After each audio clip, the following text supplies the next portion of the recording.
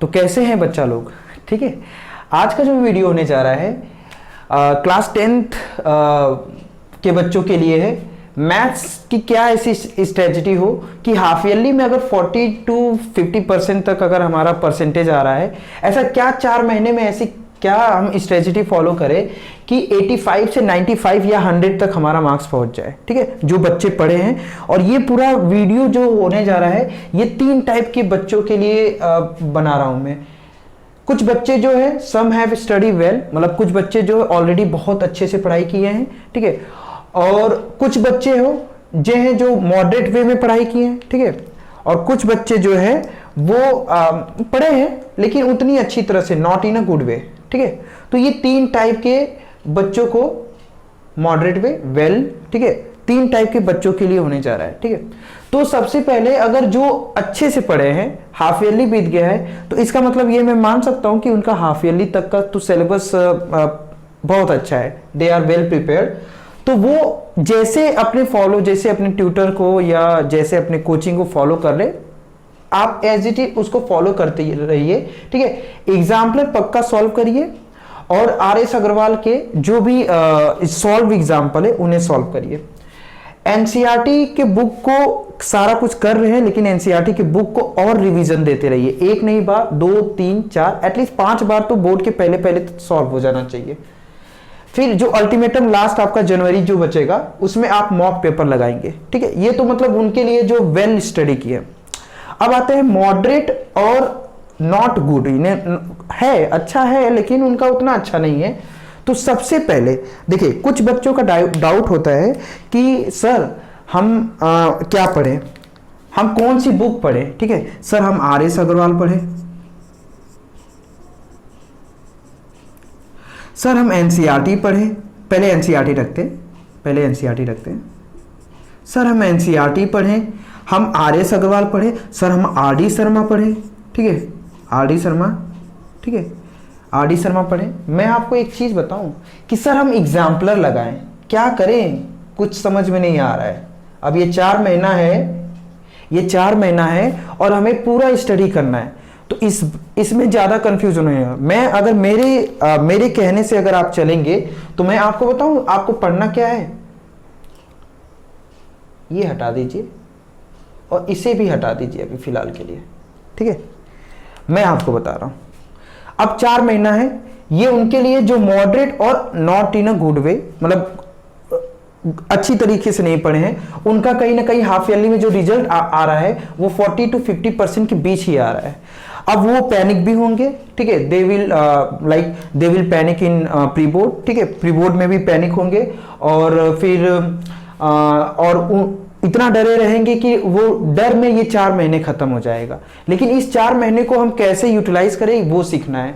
तो सबसे आप क्या करिए ना, जो भी चैप्टर उठाइए, अगर आप कोचिंग कर रहे हैं तो ठीक है, नहीं कर रहे हैं, ट्यूशन कर रहे हैं, जो भी है, या आप ऑनलाइन सेल्फ स्टडी कर रहे हैं, तो आप वीडियो देखिए, कोई भी एक रैंडम वीडियो लीजिए। ठीक है, कोई भी वीडियो।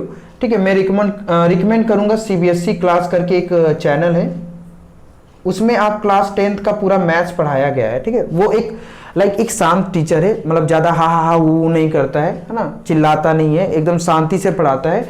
उसके वीडियो को देखिए आप। ठीक है, CBSE क्लास में उसके वीडियो को देखिए, वो क्या पढ़ा रहा है, वहां से आप कॉन्सेप्ट गेन करिए।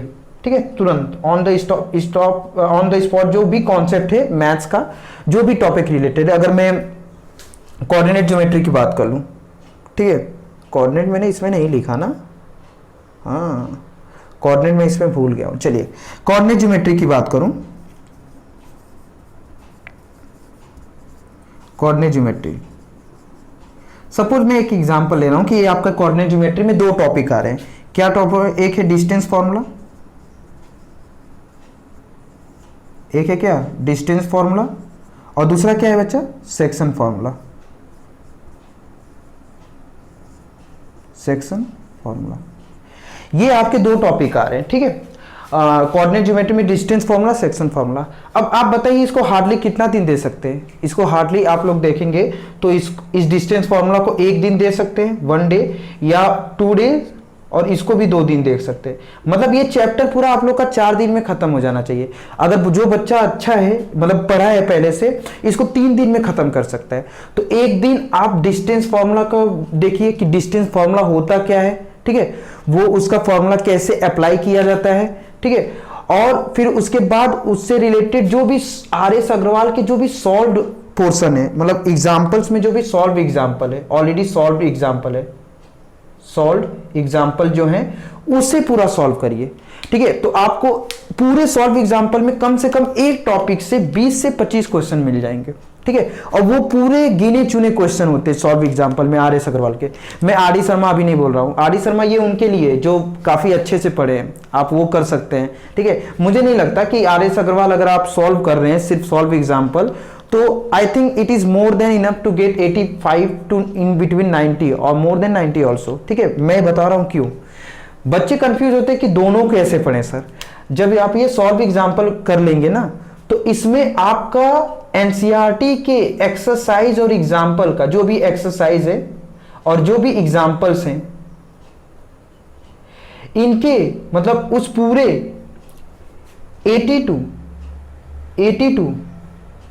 85% क्वेश्चन आपको सॉल्व एग्जाम्पल RS अग्रवाल में मिल जाएंगे, ठीक है। डिटो सेम, मतलब डिटो सेम कह गए कि उसी पैटर्न पे सारे क्वेश्चन आपको RS अग्रवाल के सॉल्व एग्जाम्पल में मिल जाएंगे। तो हो गई बात भाई, आप RS अग्रवाल का सॉल्व एग्जाम्पल सॉल्व करिए, वहां पे सब कुछ डिटेल में दिया है, 80 to 85% तक आपका पूरा सॉल्व हो जाएगा। अब एनसीईआरटी उठाइए, तब उसके बाद एनसीईआरटी सॉल्व करनी है, एनसीईआरटी को इग्नोर नहीं करना है। एनसीईआरटी उठाइए और देखिए कि क्वेश्चन आप क्या एक्सरसाइज के सॉल्व एग्जाम्पल लगाने के बाद क्या आप एनसीईआरटी के एक्सरसाइज को सॉल्व कर पा रहे हैं कि नहीं। या definitely there is chance you will, आप उसको पक्का सॉल्व कर पाओगे, क्योंकि वही क्वेश्चन आपने सॉल्व एग्जाम्पल में पढ़े हैं, वो सारे पैटर्न के क्वेश्चन, ठीक है।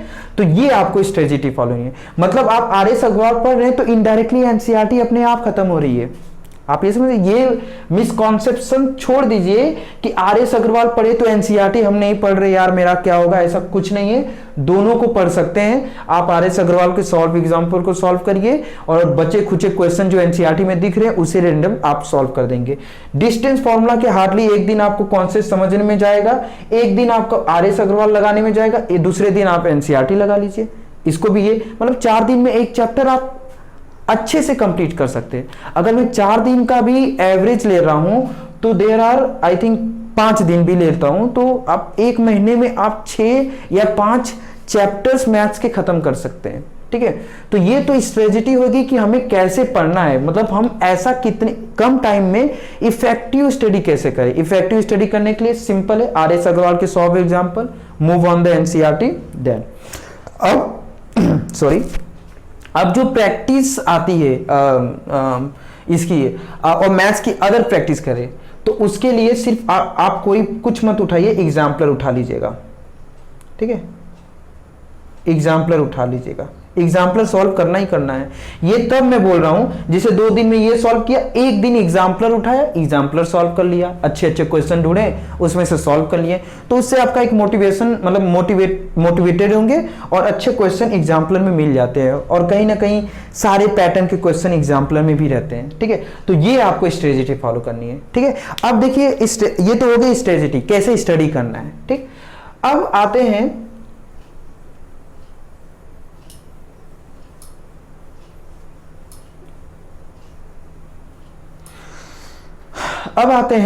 कि अक्टूबर में कैसे, मतलब जो भी महीना बचा, आई थिंक अब 10 अक्टूबर होने वाला ये है ना, एक दिन में 10 अक्टूबर, कल तो 10 अक्टूबर हो जाएगा। तो अब अक्टूबर में किस किस चैप्टर को हम कवर करेंगे, ठीक है। अब जो भी आप लोग के स्कूल में खत्म कर दिया या नहीं किया गया, या हाफ ईयरली में कुछ बच्चे क्या किए होंगे, ट्रिगो को ऐसे पढ़ लिए होंगे रैंडम, चलो उठा के पढ़ लेते हैं, मार्क्स कुछ मिल जाए, अच्छे से नहीं, स्मूथली नहीं पढ़े थे। तो अब वो क्या करेंगे कि ट्रिगो से स्टार्ट करते हैं। लेट बी मैं ट्रिगो से स्टार्ट करता हूं, ठीक है। ट्रिगो से स्टार्ट किया, ठीक है।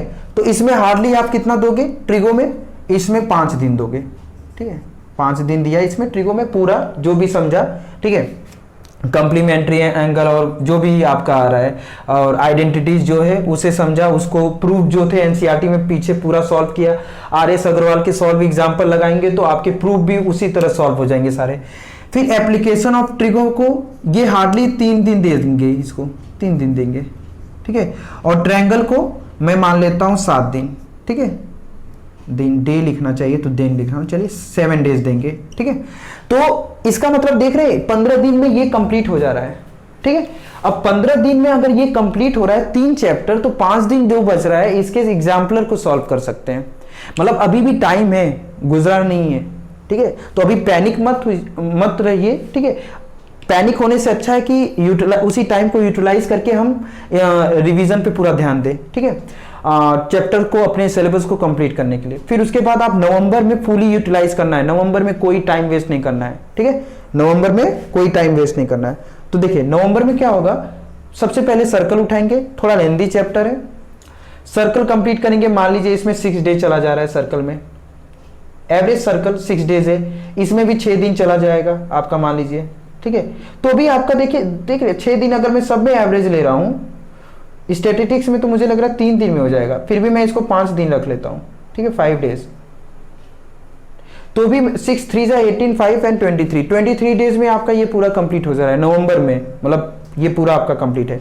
इसका मतलब आप समझ रहे हैं, इसमें कोऑर्डिनेट चैप्टर छूट रहा है, इसमें इंक्लूड कर लीजिए। कोऑर्डिनेट चैप्टर को 4 दिन में कंप्लीट करते हैं, मतलब कोऑर्डिनेट, इसमें कोऑर्डिनेट भी लिख लीजिए। कोऑर्डिनेट को भी आप 4 डेज में कंप्लीट कर सकते हैं। तो समझ रहे बच्चा, कोऑर्डिनेट को 4 डेज में, 27 डेज में आप पूरा नवंबर में खत्म कर देंगे। बाकी का बच्चा कुछ दिन है, एक रिवीजन में एग्जाम्पलर के क्वेश्चन लगा सकते हैं। प्रोबेबिलिटी बच्चा 1 दिन का है, अगर आप देखें तो probability is for only 1 days. Coin के हैं, डेक ऑफ कार्ड के हैं, और कुछ नॉर्मल क्वेश्चन होते हैं, 2 टाइप के क्वेश्चन आते हैं। प्रोबेबिलिटी को आप 1 या 2 दिन में, बाकी ये तो आप पहले से पढ़े हैं, रियल नंबर, पॉलिनोमियल। ये मैं क्यों रखा हूं, आपने ये सेकेंड टर्म का सिलेबस कंप्लीट किया तो फर्स्ट टर्म का भूल गया होगा, तो फर्स्ट टर्म को मैं क्या करूंगा, रियल नंबर, पॉलिनोमियल फिर से स्टार्ट करिए, और उसको मतलब जनवरी के स्टार्टिंग ऑफ, मतलब फर्स्ट वीक ऑफ जनवरी तक, मतलब अगर बोलूं तो 10 जन तक, ठीक है, 10 जन तक,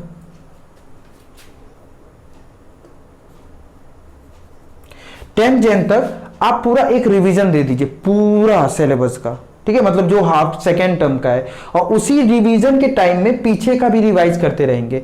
अच्छा, कितने घंटे पढ़ना है, सबसे बड़ी बात, कितने घंटे पढ़ना है। मैं बताऊं मैथ्स कितने घंटे पढ़ने हैं आपको। जो अच्छे मॉडरेट हैं तो वो ½ एन आवर करे, 1.5 एन आवर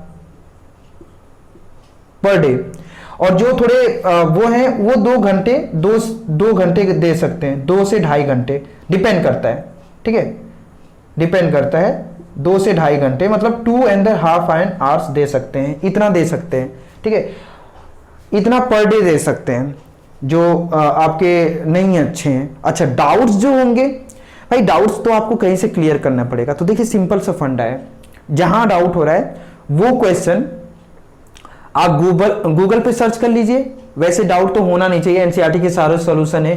कोई डाउट नर्स के वीडियो देख लीजिए, बहुत सारे चैनल है, फिजिक्स वाला है, बहुत चैनल है मेरे ख्याल से, तो वो सारे सॉल्यूशन दे रखे, उनको बारीकी से समझिए और कंप्लीट करते रहिए, है ना। और जो ट्यूशन पढ़ रहा है वो ट्यूशन सर से क्लियर करे। तो ऐसे आप देना है, हर दिन 2 घंटे, 2 से 2.5 घंटे आपको पर डे देना है, ठीक है। कभी आप 3 घंटे 4 घंटे लगातार भी दे सकते हैं वीकेंड पे, ठीक है। और जो स्कूल नहीं जा रहा है तो वो 3 घंटा भी रख सकता है, ठीक है। ये तो आपके जनवरी तक ये पूरे स्ट्रेटेजी हो गई पढ़ने की, ठीक है। आरएस अग्रवाल पढ़ना, एनसीईआरटी करना, फिर हो गया जनवरी। 10 जनवरी अगर इधर देखें हम तो इधर 20 डेज लेफ्ट है अभी, 20 डेज, ठीक है। और 15 डेज किसके बच रहे हैं, 10, मतलब 15 डेज नहीं ले रहा हूं मैं, 10 डेज ले रहा हूं, 10 डेज ले रहा हूं, किसके, फैब के 10 डेज ले रहा हूं फैब का। तो 22, मतलब 1 महीना आपको कुछ नहीं करना है, आपका रिवीजन हो गया, आपने सब कुछ सॉल्व कर लिया। अब यहां पे सिर्फ और सिर्फ मॉक पेपर देना है, मॉक पेपर। बच्चा ये इतनी इंपॉर्टेंट चीज है कि मैं क्या बताऊं। मॉक पेपर नहीं देंगे तो सारा मेहनत पे पानी फिर जाएगा, कुछ नहीं मिलेगा आपको। मॉक पेपर देने से क्या फायदे, मैं वो पहले आपको गिना देता हूं, ठीक है। चलिए,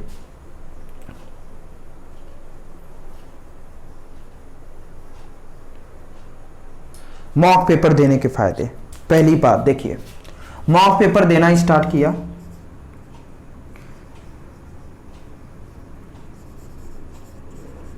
मॉक पेपर देना स्टार्ट किया मान लीजिए, ठीक। कैसे देना है मॉक पेपर, तो अरिहंत पब्लिकेशन की आपको बुक मिलेंगी, आ जाएंगी, दिसंबर एंड तक आ जाती हैं। अरिहंत पब्लिकेशन की बुक आती है, ठीक है, जिसमें वो क्या करते हैं कि लेटेस्ट पैटर्न पे वो 10 मॉक पेपर वो प्रोवाइड करते हैं किसी भी सब्जेक्ट का, ठीक है। 10 मॉक पेपर्स एटलीस्ट। उसमें भी आपका जो सीबीएसई ने सैंपल पेपर डाल रखा है उसका भी रहता है, ठीक है। तो 10 मॉक पेपर्स है, 10 मॉक पेपर्स आप नहीं सॉल्व कर पाएंगे, मुझे पता है। तो एटलीस्ट 7 to 8 तक तो जाना है हमें। करना कैसे है ये देखिए, मॉक पेपर उठाइए किसी दिन, ये तब बोल रहा हूं जनवरी के बाद, 10 जनवरी मतलब 11 जन टू 10 फेब तक सिर्फ आपको मॉक पेपर सॉल्व करना है, ठीक है। कैसे उठाइए वो बुक कैसे होती है, एक साइड पूरा क्वेश्चन रहता है, पूरा एक साइड क्वेश्चन रहता है पूरा, मतलब लगातार क्वेश्चन विथ सॉल्यूशन नहीं रहता है, ठीक है। तो आप उसी बुक को उठाना है, एक नोटबुक बना लीजिए मॉक पेपर का, ठीक है।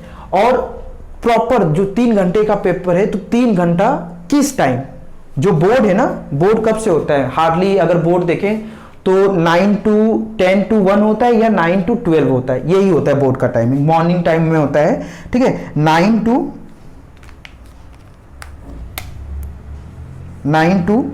12 या what 10 to 1 PM, ठीक है। 10 to 1 PM 12 PM ये होता है आपका, ठीक है। जनरली बोर्ड का जो टाइमिंग होता है, पेपर जो कंडक्ट करवाया जाता है, ये टाइम होता है। तो इसी टाइम आप मॉक पेपर सॉल्व करोगे, कोई काम नहीं करोगे। जब प्रैक्टिस चलेगी तो ये मॉक पेपर सॉल्व करोगे। अच्छा, मॉक पेपर सॉल्व करने के बाद 3 घंटा पूरा प्रॉपर देने के बाद उसके पीछे ही, जस्ट उसी मॉक पेपर के पीछे सॉल्यूशन रहेगा, उस सॉल्यूशन से अपना आंसर मैच करना है और देखना है कहां पे, मतलब सॉल्यूशन में क्या लिखा है और आपका क्या हुआ।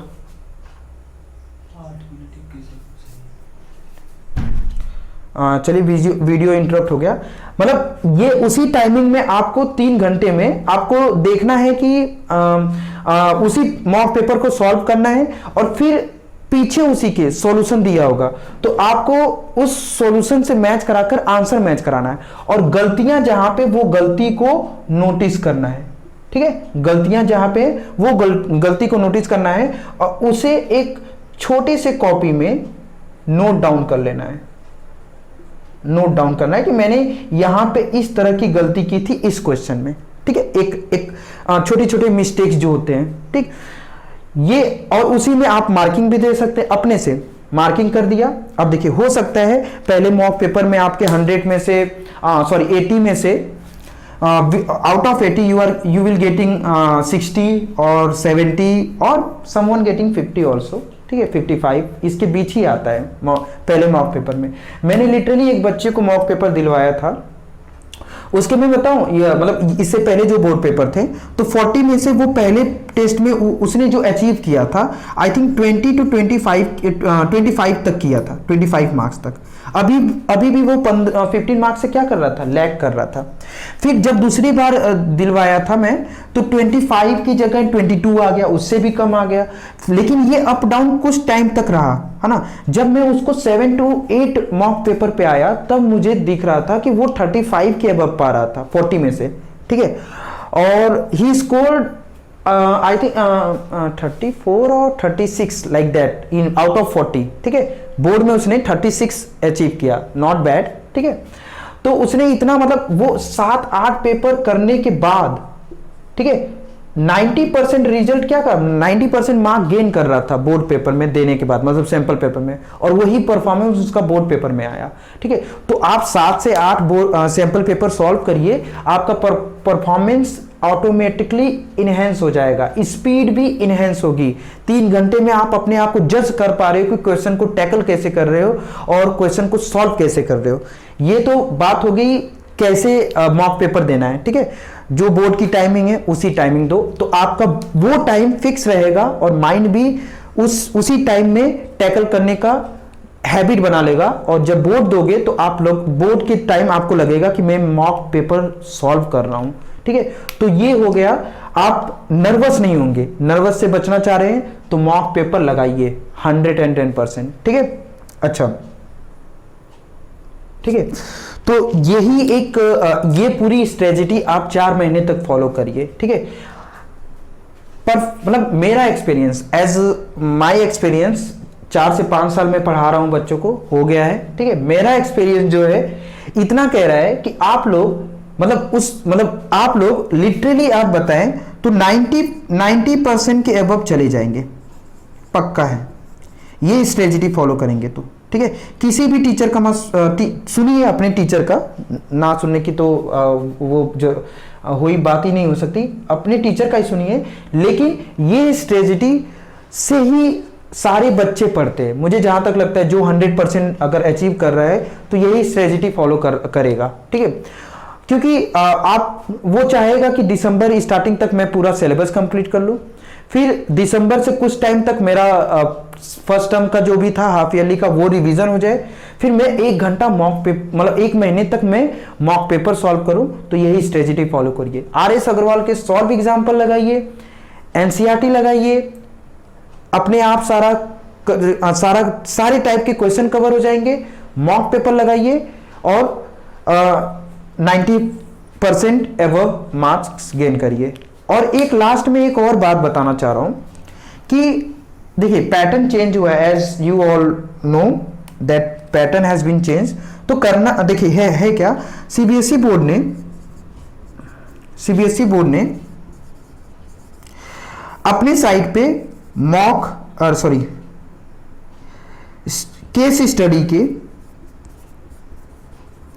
केस स्टडी के पीडीएफ अपलोड कर दिए हैं। मतलब वो मैथ्स का भी है, साइंस का भी है, इंग्लिश का भी है। मतलब वो केस स्टडी बेस्ड जो क्वेश्चन आ रहे हैं उनके पीडीएफ अपलोड कर दिए हैं। तो बच्चा लोग आप वहां से जाइए, पीडीएफ डाउनलोड करिए। मैं डिस्क्रिप्शन लिंक में, आपके डिस्क्रिप्शन लिंक में मैं उसका लिंक, डायरेक्ट लिंक, वो जो वहां उस पेज पे जाकर ओपन हो, मैं वो लिंक शेयर कर दूंगा। आप वहां से जाकर केस स्टडी के पीडीएफ डाउनलोड करके उसको प्रिंट आउट निकालकर उसके आंसर भी दे रखे हैं, क्वेश्चन लगाइए, आंसर चेक करिए। और केस स्टडी वाले भी जितने टाइप के क्वेश्चन बन सकते हैं और जो एग्जाम में पूछे जा सकते हैं वो भी आप तैयार कर लेंगे, ठीक है। तो ऐसे सीबीएसई की साइट को बार बार टच करिए, उसे देखिए, उसमें क्या अपडेट मिल रहा है, क्या नहीं मिल रहा है, ठीक है। आप इधर उधर की न्यूज देखने से अच्छा है सीबीएसई बोर्ड की साइट को देखें, मेरा मानना ये है। अभी मुझे कहीं तक सीबीएसई बोर्ड में लगा नहीं है कि 15 फेब से उसने डिक्लेयर किया कि एग्जाम होगा। ये अदर हिंदुस्तान टाइम्स, ठीक है, और जो नए नए चैनल्स हैं वहाँ पे बोल रहे हैं। लेकिन लेट बी कि एग्जाम कब होगा, देखते हैं। ये पूरा स्ट्रेटजी हो। केस स्टडी मत भूलिएगा, पीडीएफ डिस्क्रिप्शन लिंक में मैंने दे दिया है, उसमें से डाउनलोड कर लीजिएगा। इससे पहले और भी मेरे वीडियो हैं, उसको आप देख सकते हैं। आइकन बेल में मैं दिखा दूंगा उसको, आप वहां से जाकर देख सकते हैं।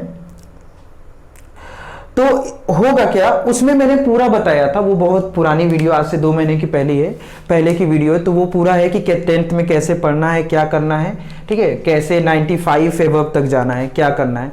तो बिना टाइम वेस्ट करते इस 4 महीने को यूटिलाइज करिए, 4.5 या 4 मंथ्स ले लीजिए, hardly it's 4 month only, 4 month लीजिए और आप 90% या 95% तक अचीव करिए मैथ्स में, ठीक है। Have a good day, good night.